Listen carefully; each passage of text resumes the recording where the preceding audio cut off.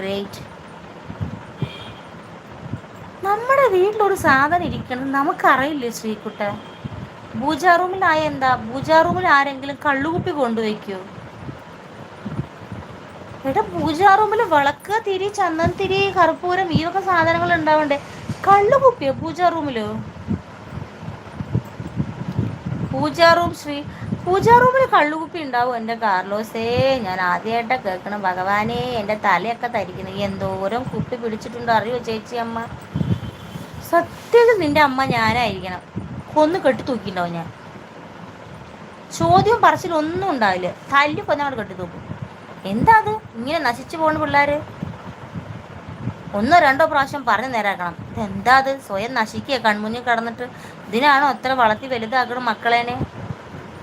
ഒരു ചാക്കിൽ വിൽക്കാരായ ശ്രീ, how many goods in your puja